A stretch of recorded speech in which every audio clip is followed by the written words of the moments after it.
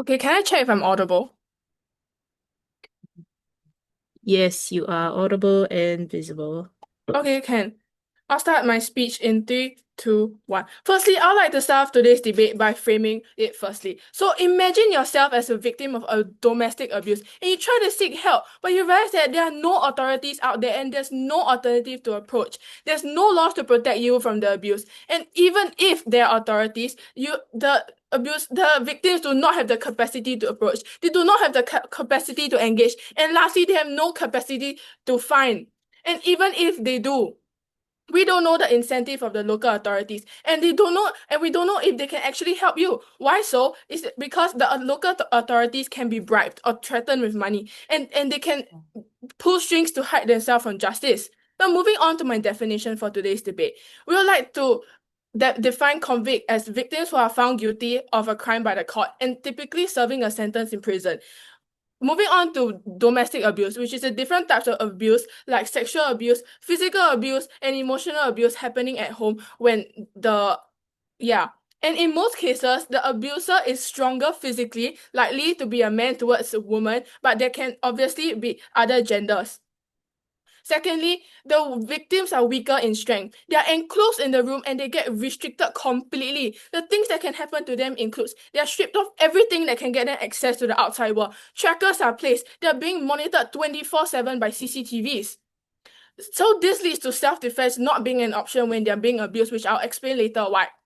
Violent retaliation can be different types like kicking, punching, hitting, etc., and to the extent of killing, which we go by case basis, and is not limited to killing only, and can be if needed to. When they are not in imminent danger, example like rape, they may not be in that situation. They need not be held at gunpoint, but instead they go through long-term abuse, and therefore we also allow this motion to be in place when they are in this situation. Moving on to my characterization. So firstly, domestic abuse is more likely to happen and more prominent in rural areas or remote regions such as isolated farmland. Clarification, our side is not saying that it doesn't happen in urban and more developed areas, but we like to say that it's more prominent in rural areas. This is because the government does not have a strong civilian protection. Domestic abuse happens when they have a relationship between the victim and the abuser. How the world will look like when the law is implemented is that there's affirmation that the government is by your side for the cases. Laws are being implemented to protect. They feel that the government is caring for them, and this enables them to stand up, to speak up about the things that they are going through at home. So when this happens, it is telling the people that the government does care for them, which my second speaker will be talking about. How we will undergo the process of not convicting is firstly, we'll look through into the different cases individually to verify and test that everything that they say is true. And when it is being verified on the different types of abuse that can happen, it will be considered as domestic abuse and this motion can be implemented. So I like to move on to my preamp. So if opposition says that victims shouldn't resort to retaliation. I have two layers for today's debate. It's firstly the city and urban areas. Authorities and help centers are not reachable because abusers don't have the capacity to do this. If it was, they wouldn't have been stuck in this abuse situation. They are often stripped of any connection with the outside world other than the environment that they are stuck in. And they cannot have their phones. They're being monitored 24/7. How can they even reach out to the authorities on this? Now, the second one is about the rural areas. Abuse cases are more prominent in the rural area because there's no deterrence in government, causing to happen more likely in rural areas. And even if they somehow seek help, they don't have anyone to approach to. Who are they going to approach to? Fellow villagers that cannot even help them? This leads me to my point on why retaliation is the only resort to this. Opposition might say that they can just self-defense in the moment when they are being abused, but proposition is saying that that is not possible. Why so is that when getting abused, it's very hard to retaliate in the moment. In the instance of physical abuse or sexual abuse, the victim, which is physically weaker, are not able to defend themselves, which leads me to my point on why retaliation is needed, because that is their only resort to prevent themselves from being trapped in this vicious cycle of abuse. Moving on to my substantive of today's debate, which is the last resort because there are no alternative. Let me start with a bit of explanation. Domestic abuse creates constant danger when the abuser isn't attacking at the exact second. Victims live in fear 24/7. Examples of such threats are intimidation, control don't switch off, and opposition and expecting victims to wait for the next beating is unreasonable. Trauma affects judgment, reactions, and mental health. Long-term abuse causes PTSD, constant anxiety, and survival-based decision. Now let's say that domestic abuse can be anything ranging from physical abuse to even something as bad as rape. And if these situations happen, they are life-changing in the worst way possible. Your mental health deteriorates and you get trauma. Let me move on to my impact and why these victims of domestic abuse often cannot escape their abusers safely. In Prop's world, abuse is rarely a single incident. It's ongoing and controlling. Many victims seek help first. They report to the police, blah, blah, blah. And when these avenues fail, are too dangerous in opposition's world, the victims may feel that they have no choice but to fight back because there's no one helping them. My past few arguments and points prove that retaliation could equal survival when times of needs are desperate. It shows that the victims are reacting due to fear and trauma, not any hidden intentions. Convicting them punishes necessary survival strategies, and if other victims find out those who fought back gets punished and are afraid of solutions, what is opposition's alternative to that? In proposition's world, we strongly believe that the law should be recognized situation necessity and convicting victims when there's no other choice in unjust and counterproductive, and it will be expanded on later. And therefore, I'm so proud to propose. Thank you.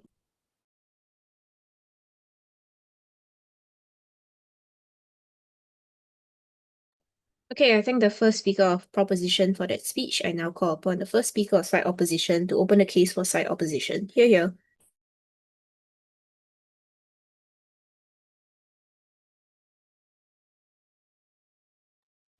Hi, before I begin, I'd just like to check if I'm audible and visible. Yes, you are audible and visible.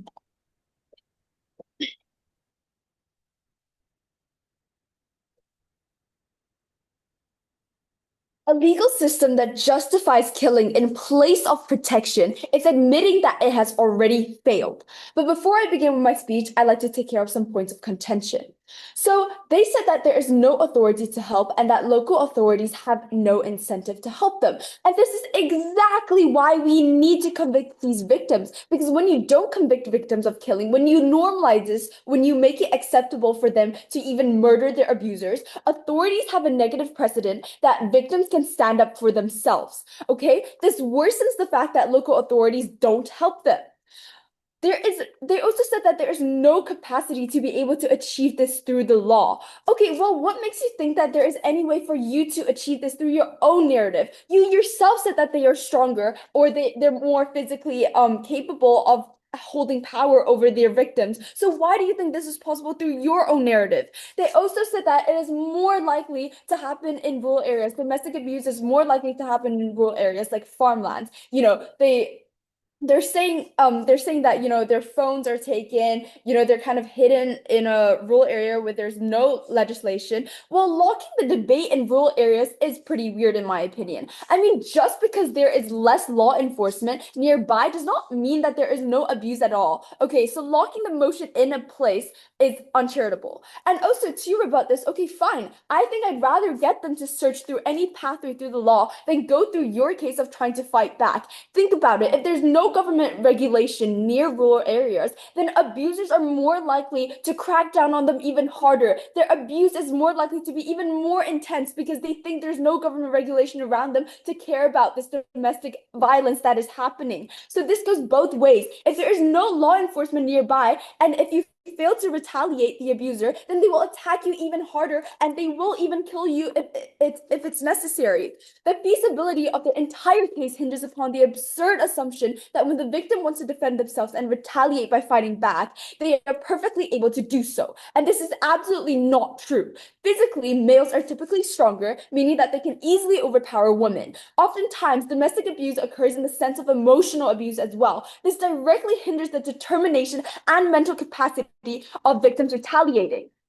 Even if weaponry is used by the victims, when retaliation is expected and normalized, prosecutors are likely to preemptive against such measures, such as carrying knives themselves as well to perpetuate the action of abuse. And with that, I'd like to move on to my speech. So I, as the first speaker, will talk about reducing the frequency and intensity of domestic abuse. My second speaker will talk about why murder is unjustified for most forms of abuse. So what does domestic abuse really look like? The abuser is being suppressive. They often conduct physical abuse and emotional abuse together, and the victim is often submissive. They suffer from psychological manipulation from the abuser, and they have a fear for the abuser to become more violent because, number one, the abuser expects the victim to be submissive, and number two, if the victim ever tries to fight back, including approaching others for help, the abuser becomes even more violent. Number three, victims have living instincts, so the best thing that they can do to avoid extra harm would be to stay submissive like the abuser expects. And so domestic abuse is not a single incident. Victims are conditioned over time to believe that resistance leads to escalation, and this is why they have a fear of retaliation. And I'd like to reiterate that murder is the most likely option if you're not going to seek help in legal legislation. And this is because abusers will only come back stronger if it's, for example, a slap or a punch. And so murder is the only permanent way to stand up against their abusers. And so so I'd like to move on to my substantive. So by not convicting victims for violent retaliation, it sets a negative precedent. When you're abused, you don't have to believe that you can stand up against your abuser, and the abuser believes that they have more power. And this is the fear of retaliation, as I've mentioned. On the surface, this seems like something that isn't optimal, but once you dive deeper, this is the sole thing that is protecting the victims from harsher and more dangerous incidents of abuse. When you set a legal precedent that you can stand up against your abuser, or from third parties, no thank you, it provides a sense of hope. Oh, if I stand up, I will get celebrated. When you're given this hope, the fear of retaliation is taken away, which makes standing up against their abuser even more intense and more frequent abuses. Because when they see that other people are standing up for themselves through violent retaliation, they will make it more intense. They will abuse you even more. And this a false sense of hope means that in most situations, the victims are at a weaker position because the abuser expects the victim to be submissive, and the abuser will use even more power to make sure you cannot speak up or fight back. And so on our side, we want to push for public legislation. On their side of the world, violent retaliation has now become something that is normalized since it is now acceptable. When this happens, you get less government intervention and authoritarian help because they will look at domestic abuse case and say, it's okay, the victim can fight back. Such a big problem in our society becomes overlooked. This makes it much harder for victims to go to a police station and get the help that they need, for them to actually do something about it, because they have the fallacy that they believe you can stand up for yourself, as they believe that they can protect yourself. And so that in a progressive society, the government will face public pressures to provide compensation for the act of taking away the right to fight back at a certain extent, which gives them an active incentive to put in place stronger legislations. And so in our world, we will have much more campaigns where if you're in danger, we want you to seek help. It becomes easier for victims to approach authority because we have stronger regulations and we have more active authoritarian officers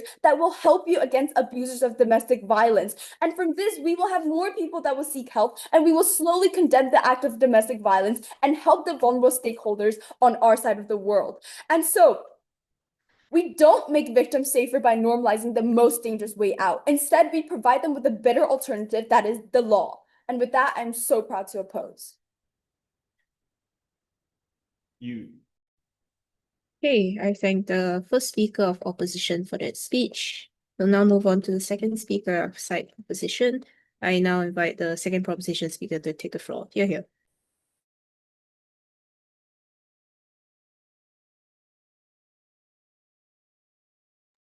Can I check if I'm audible?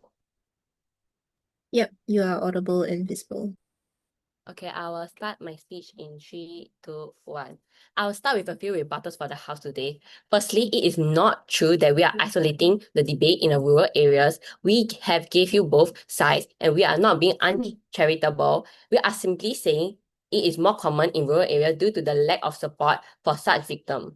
And just because victims can stand up for themselves doesn't mean the government won't help them. Now, moving on to my next rebuttal is the intensity of domestic abuse is symmetrical on both sides. Just because this motion is already implemented doesn't mean abuse is going to be any worse on our side. It's symmetrical on both sides, as the abuser will all know that they are committing a crime, and it's already one more one more protection will not affect anything. Now moving on to my substantive, which is before I start on my substantive, I would like to clarification, which is this is our policy. How we will undergo the process of not convicting, which is it looks different. It looks into different cases individually to verify and test to ensure everything is true.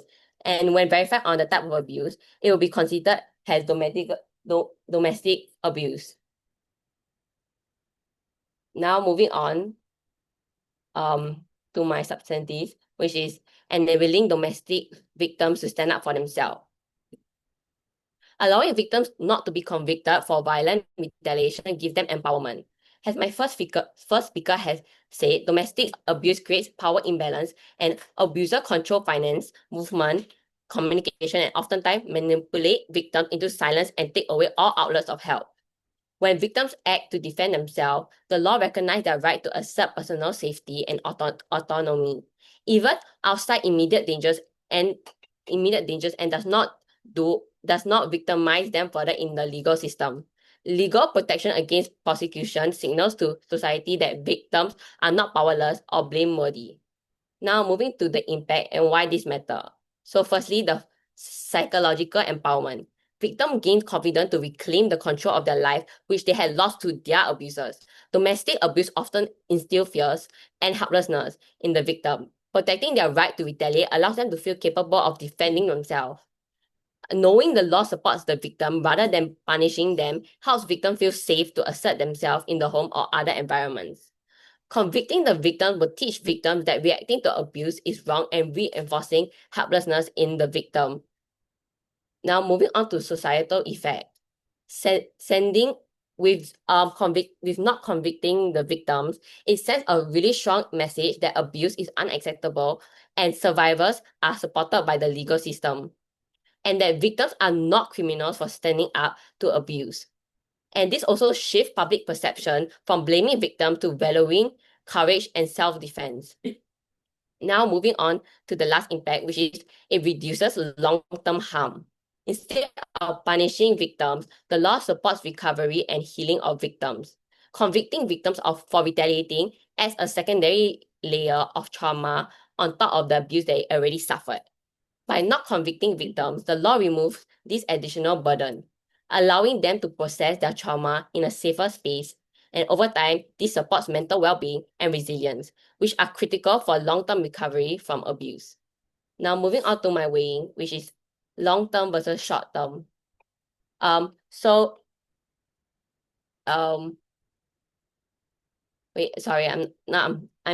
will go to. Oh wait, I move on to like another point, which is Op did say that victims will be encouraged to retaliate and further abuse will occur, which is not true.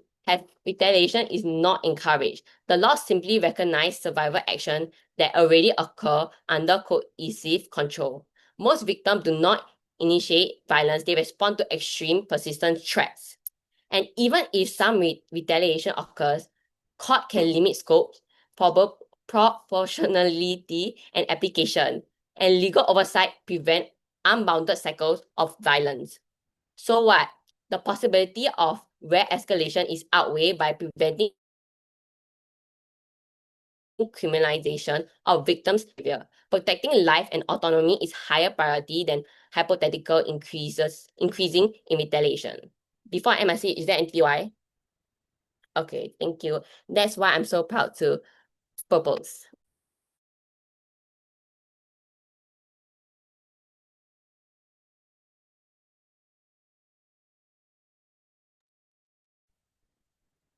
Okay, I thank the second speaker of side proposition for that speech. I now call upon the second speaker of opposition to give their speech. Hear, hear.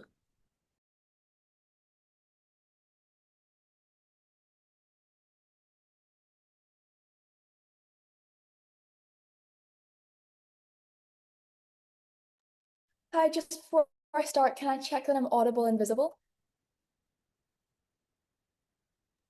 You are audible and visible. Okay, thank you so much. I will start my speech in 3, 2, 1. Judge, today for you, I want to do 3 simple things. I want to first give some rebuttals to opposition's case. I then want to move further into side opposition's case. And lastly, I want to give a comparative for both sides today. So I'm gonna go straight into my rebuttals. First of all, we like to bring up how proposition brings up enabling victims to stand up for themselves. The final goal for hoping the victim to stand up for themselves is that we all want the victims to be safe and to escape from the oppressive domestic abuse, right? Our entire first speaker speech explains to you about how victims standing up for themselves does not push them in a safer position. Instead, it actually pushes them under harsher abuse. This is because the abusers are scared of retaliation. They're scared that their victim or their wife, as we've already litigated out, that will go and run a knife through them.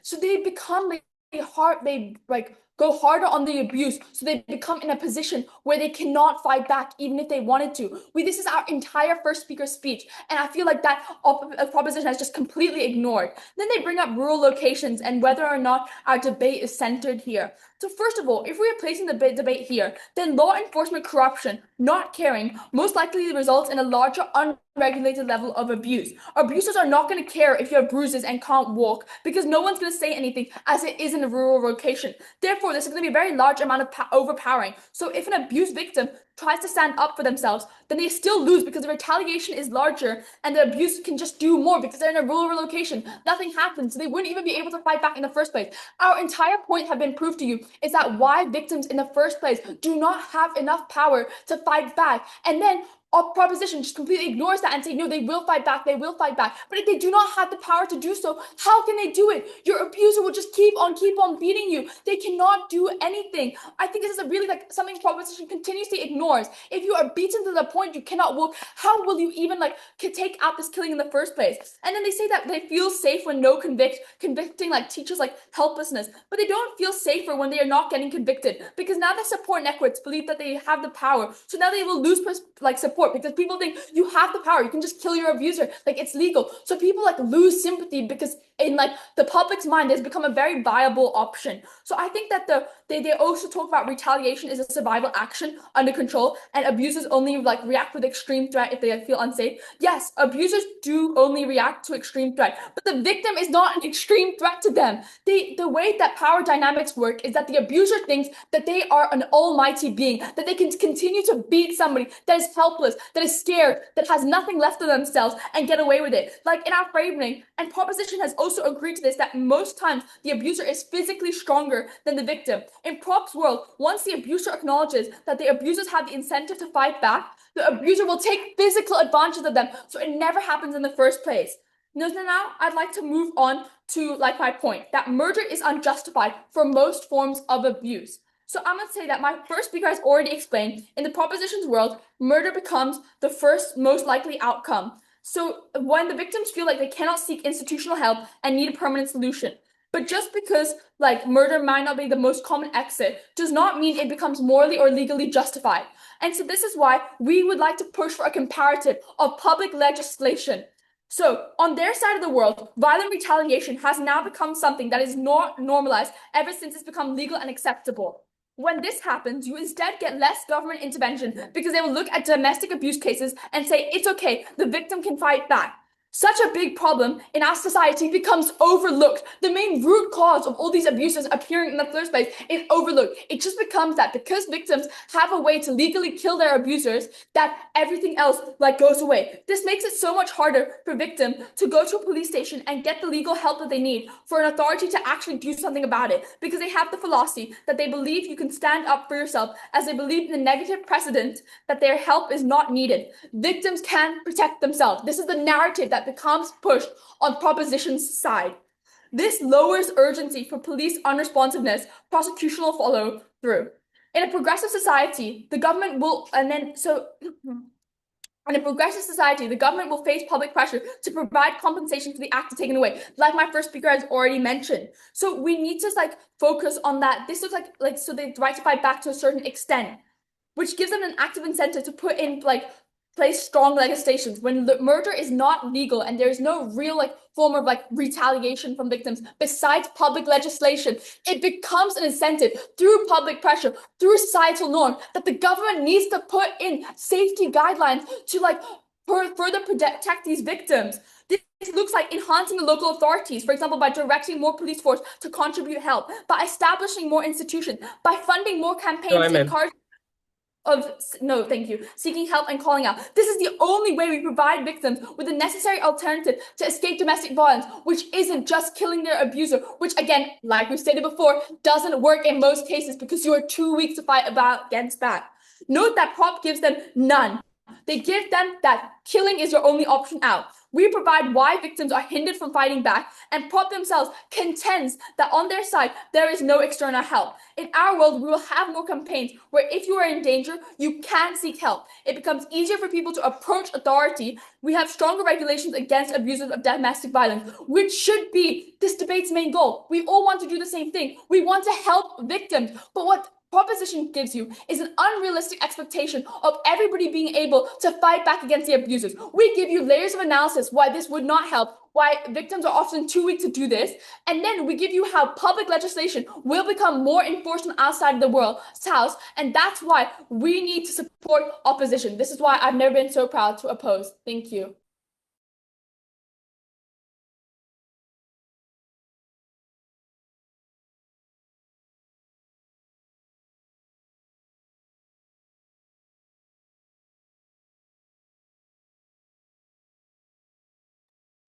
Okay, I thank the second speaker of side opposition for that speech. I now call upon the third speaker of side proposition to finish up the main speeches for the side of prop. Here.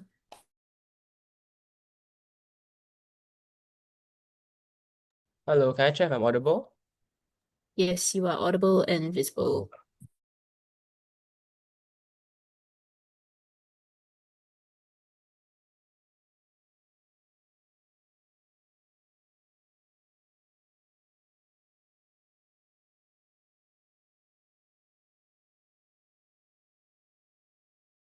I'll begin my speech in 3, 2, 1. So side opposition has failed to recognize that in this debate, right, we are not asserting that the debate falls on more rural areas, right? I think that they have failed to understand our characterization has been extremely uncharitable in the sense that they are building their case in a world where the government is the best, in a world where everything is amazing, in a world where the public cares, in a world where public's voice matters the most. And that's just not likely, and that's not charitable at all. Their case only exists in a magical world that does not exist, right? So I tell you that I need to bring up my characterization from my first speaker that is very charitable and very reasonable. The only response given was that our characterization wasn't charitable. Was there there was no mechanism telling us why our characterization didn't exist, right? Let me reiterate, right? We tell that this domestic abuse will be more likely prevalent in rural areas, right? Because in rural areas, there'll be lower government surveillance, right? And regarding the point on government surveillance, right, opposition has been changing their stance on government surveillance multiple times, contradicting themselves in this debate too many times, right? Which I'll be raising up in my clashes and rebuttals later on. But I'll focus on this characterization on how this is completely charitable and is reasonable, and we need to hear a response from third opposition, right? So we tell in rural areas it's more likely because there's weaker surveillance, there's less law in place, and less people care about these domestic victims, right? So we tell that these abusers are more likely to be prevalent in these rural areas, right? And in these rural areas, they have no capacity to find, right? That's one. These victims have no capacity to reach out for help because they're likely enclosed. And number two, we tell that these victims likely, even if somehow they can escape, somehow they can find help, somehow they can, the finding help also, opposition have not give us a response on how these people can find help. So there's no alternative, right? But even if in rural areas where these victims can find help, there's no one to find because who do they approach, right? So we tell you, incentive-wise, the abusers will likely be more in rural areas, right? Where in urban areas, people will likely think twice before conducting domestic abuse, right? Because we tell that there's more laws, there's more policies in place, and there's better surveillance, right? You definitely see police patrolling more urban areas well often than rural areas, right? It'll be better security, right? So the incentive of abusers to conduct this kind of domestic abuse at urban areas will be so much lower, right? So we tell that this characterization is super charitable and fair. We like to hear a proper response from side opposition, right? So now I'll be moving to my actual rebuttals of this case, in this debate, right? So firstly, I think the third speaker mentioned that abusers will be scared, and then the retaliation will get stronger and stronger. This is where I point out their contradiction. They've been changing the stances of abusers, somehow saying that they're scared, somehow saying that they're mighty, somehow saying that they'll retaliate stronger, right? Quoting the second speaker, almighty being, right? So they say that they know that they're almighty being. If they are really that fearful, that fearless, then logically, will they really be scared of another law in place, right? So I thought that the argument is not true that they'll be scared of retaliation,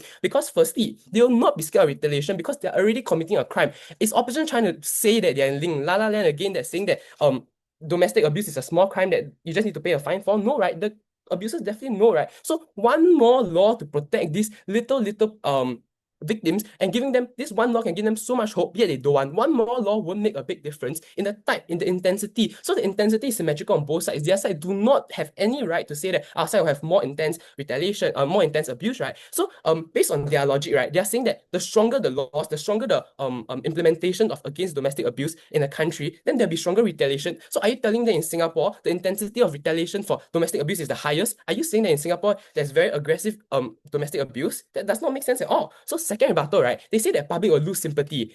I think that opposition has really been very delusional, because that's not true, right? Because it's a logical assumption to say that as long as we give them hope, we give that government message that, hey, we're here for you, we'll stand here for you, victims, we're here, domestic abusers, the government are against them, and the government will always be here for the domestic victims, right? As long as you give that message out, and then telling people that actually they have a way to retaliate, they have a chance, they have a hope to like the end of the dark tunnel, then it's like bad for them, because the public will think that oh, actually, since there's a way, then we don't need to feel bad for them, then because like it's their problem, then there'll be less sympathy. But that's not true, right? I think everybody in status quo know how badly domestic abuse can be, and it's not easy, right? Instead, what is more likely, let's play on the likelihood, right? Opposition needs to wake up on the likelihood, right? The more likely case is that when this happens, right, it'll create one, awareness. Number two, people will recognize how hard is it for these abusers to actually, for these victims to actually step out of their abusing, to actually retaliate, to actually fight back, to actually stand up for themselves. They know it's not easy. Like what we mentioned a lot of times, that even though we know that the abuser is usually stronger and the person that is being attacked, the victim is usually weaker. So exactly that's why we used to retaliate, which I'm moving on and explaining later. But I'm telling you that if this really comes out to public and comes out to light, it'll bring more awareness, it'll bring more image to them, right? And it will not put them down in sympathy, right? And then the government can do better if there's awareness. So the public awareness side is better on our side, right? So now moving on to the part, I would like to explain how does retaliation work, right? So the weaker victim, yes, they might be physically weaker. That's why with the retaliation, right? They take every chance they have, right? If they have been suffering from pain, rape, or even sexual assault for a very long time, they find their chance. If they can, they hit, they stab. And even if they need to kill the abuser, we think it's justifiable because they have been going through so much pain, right? So opposition needs to prove to us there's another possible alternative that can really help them to stand up against these abusers, which is not, they just tell us our side won't work and their side is better because they have public awareness that doesn't even make sense, right? So there's this clash on last resort, right? Opposition says that it's not right because murdering is wrong. So murdering is the last line. So are you saying that victims can go through endless amount of pain, endless amount of torture, but then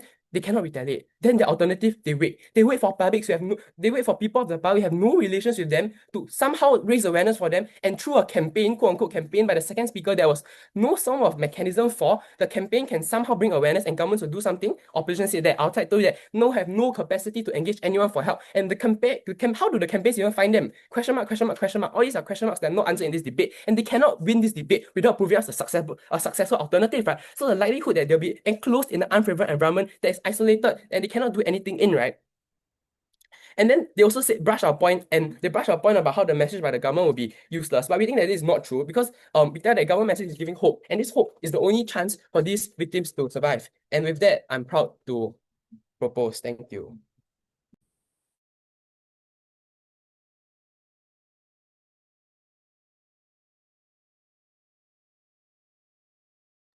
Okay, I thank the speaker for that speech. We'll now move on to opposition third speaker's speech. You may now take the floor and deliver your speech. Hear, hear.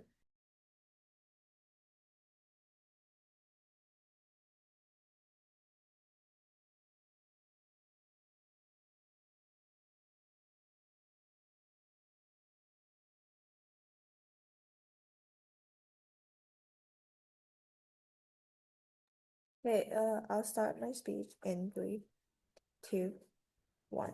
Just one of the main deadlocks of this debate is whether the victims have the power to stand up against their abusers or not. And as the other side have had no response on our characterization of the three aspects. First of all, the gender, the biological difference between male and female, where they have agreed that male is usually the abuser. And secondly, on the mindset that the victims are usually after the abuse, they believe in the fact that, oh, I'm weaker than him. Oh, he's more powerful than me, which is why that they will have this certain mindset of thinking that they don't have power, even if, let's say, our worst case and say they do have power, then they'll still believe that they don't, so they will not use this power in any shape, way, or form. And thirdly, the last aspect is that the abuser, they will preempt this. Doesn't matter if it is about the law or it is about if that's if they're going to like fight back, they know that the victims are going to like turn their back against them anyways. And when they see the slightest chance of them doing that, which is in this case providing them power to stand up against them, then they will react to this, right? And the victims have no power in this case on their side, which is why we give this power to like public attention on this whole concept of like domestic abuse. And this is exactly why we have to provide them with these laws that on their side they said that the laws will be underlooked by the abuser because the abuser thinks the laws will have no impact. But this is exactly why they won't go and abuse these victims even more, because they do think that the laws are ineffective. But then the laws are effective on our side, as we have proven to you why it will work. Therefore the laws will be able to help the victims, while the victims are not going to get the preemptive increase of abuse from the abusers.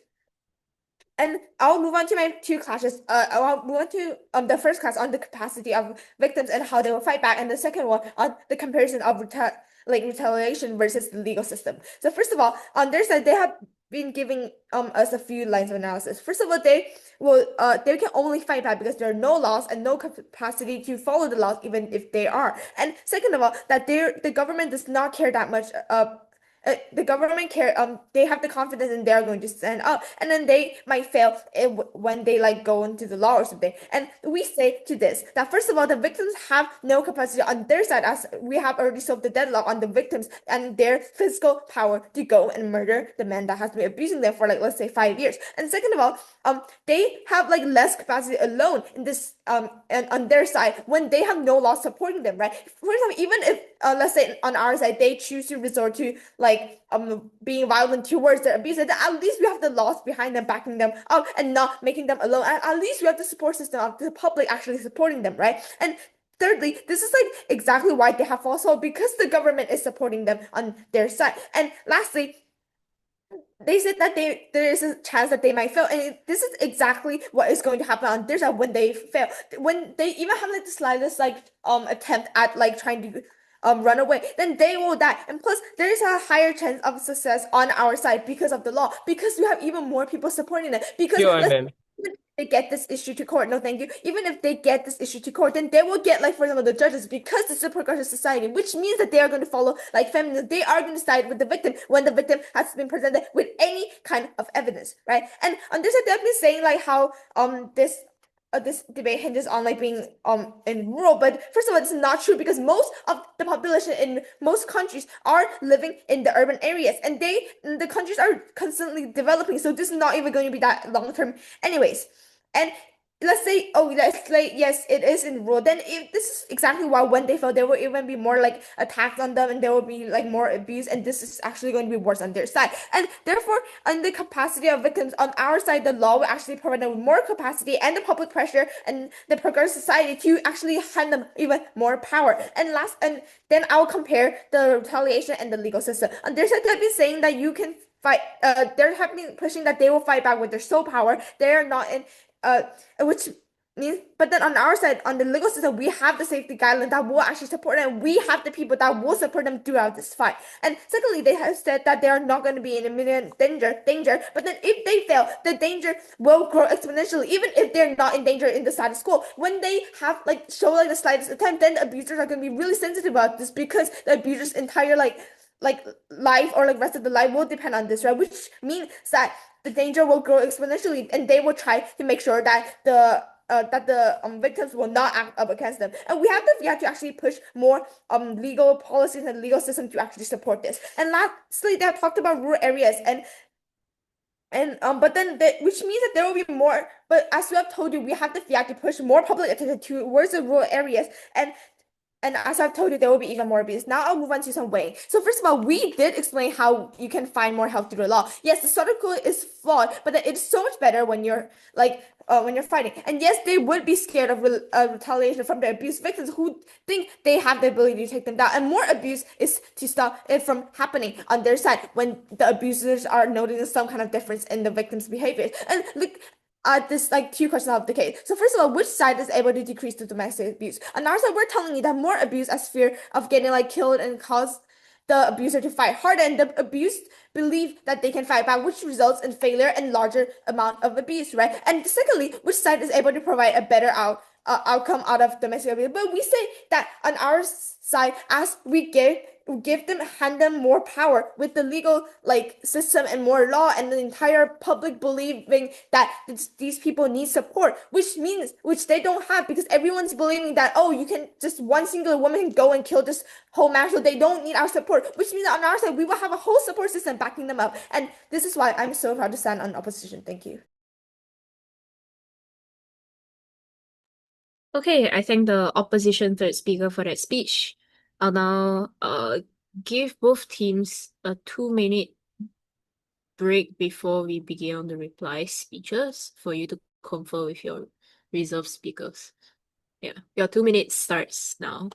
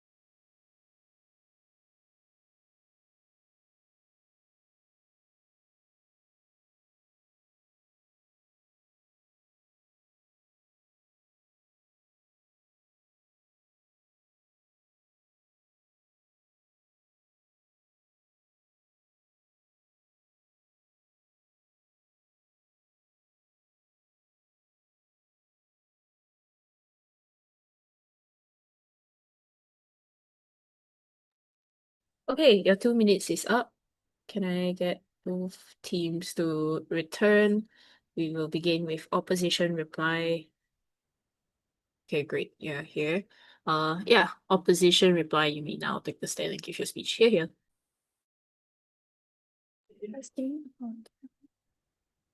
Okay, sorry. Just to recheck that I'm audible and visible, I'm just gonna assume so. Yes. Yes. I'll just start my speech in 3, 2, 1. Judge, today I'm just gonna do something really quickly, and I just want to clear up the argument as a whole and just do a bit of weighing of both sides. So let's first get into what proposition gives us on the House today. They first tell us that they are enabling victims to stand up for themselves, but we have been, and then they tell us that we are like switching our stance on abusers and hence we're not clear. But I want to like point out that we have been clear on abusers. We're saying that in Prop's world is that abusers become worried that because there is no law around like legal precedent around their like retaliation of victims, that in the off chance that they are caught off guard, then that their victim will like fight back. To just like completely minimize this small percentage chance, they start beating them harder. They start physically like disabling them to the point where they are so bruised that they cannot walk, so that they will never have a chance, even in that off chance, to ever do anything. And because they also realize that there are no legal laws deterring this, they make up for the deterrence with the beating, or they abuse their victims harder because they are even weaker, or so like they are weaker or like physically unable to do anything. And then they like their second like main thing is about the rural locations. But we tell you again, to add to our flipping of arguments, first of all, the urban population. Most people live in major cities, so this doesn't really apply to the majority of what this like debate is centered around. But even at their best case, we prove to you why, in like our first, like I've already said, why abusers will crack down on victims further. And when the abusers know that there are no legal laws around their victims retaliating, then they are more incentive to beat further to physically disable victims. What I've already told you and what down the bench we've also told you. Then abusers are not going to care if you have bruises and don't work, and then okay, because it's like in a rural location, nobody's going to say anything. So their argument doesn't even work, because like if you're like, or we told you that they're physically incapabling them and that abusers overpower them, which proposition has agreed on us on, and then we tell you that like, oh, like then it just becomes like a thing of that like their like argument doesn't work because nobody's gonna report it in like rural locations because there's nobody there. And then they tell us that we are like, when we give you the case of like public legislation and the government will face public pressures, so they will like pass a strong legislation. This is what our case is like centered around. And then they tell us that we are dreaming of a perfect world, but the government does submit to public pressure because it is in their best interest to keep the public happy and in support of their like government.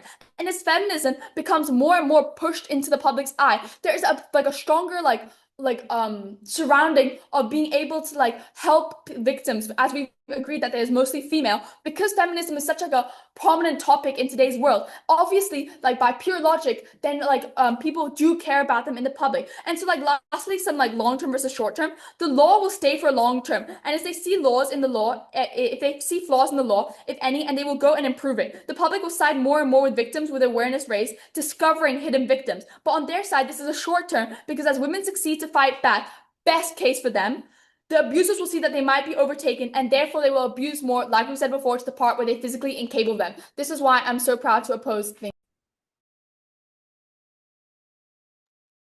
Okay, I thank the speaker for the opposition reply speech. We'll now move on to proposition reply speech. You may now take the stand and give your speech to conclude this debate as a whole. Here. Okay, I'll start my speech in 3, 2, 1. Panel, firstly, I'd like to weigh proposition's worst case with opposition's best case. So for opposition's best case, they convict the victims for retaliating their abusers. So what this leads to is that victims get both insane trauma from their abuse and also the justice system. The victims seek help if they face abuse, but our case stated that the victims are not likely to seek help or speak up, especially in the rural areas, which we have talked about repeatedly. Secondly, is that it deters victims from speaking up. There are already so many people who are afraid to speak up, and opposition's case is adding on to these numbers. Number 3, the small chance that retaliation occurs, they are human beings that can restart their lives again. But after this, they need to be convicted after so much abuse that they go through, and they will not have any freedom. This doesn't happen on our side, where we strip off any chance of freedom that they have left. Fourthly, this presents others from being abused to stand up for themselves, which will lead to more stakeholders getting harmed. And my 5th reason and my last reason will be, why should we convict someone who is just standing up for themselves? However, on proposition's worst case scenario is that yes, the victims will retaliate violently back to the abuser and they will not get convicted. As stated just now, this is a small chance. This will let more people know that they can stand up for themselves in an abusive household. Opposition needs to agree that by doing this, other victims will be scared to stand up for themselves, and it deters them from speaking up, knowing that they have to go through double victimization. Opposition is creating a loophole which encourages abuse because the abuser knows they are less likely to be harmed because of opposition's world.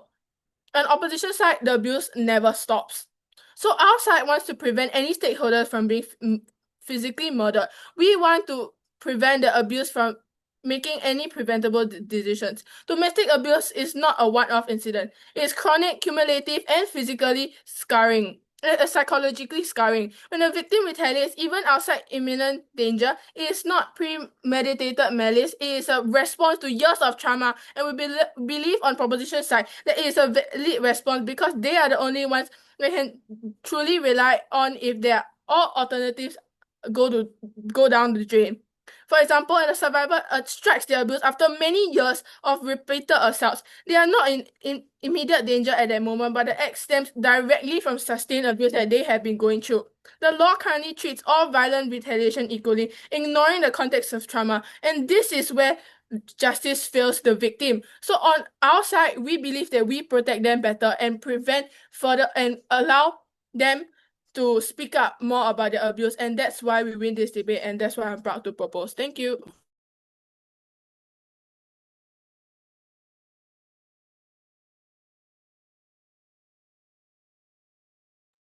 Okay, I thank both teams for the wonderful debate. You both teams can now cross the floor, shake hands, thank each other for the debate. I'll ask the judges to move to what room is this? Meeting room 2. So we'll go to prep room 2 to discuss the verdict. After which the announcement will be done in the main room before lunch. Okay, thank you so much for the debate. Thank you for the debate.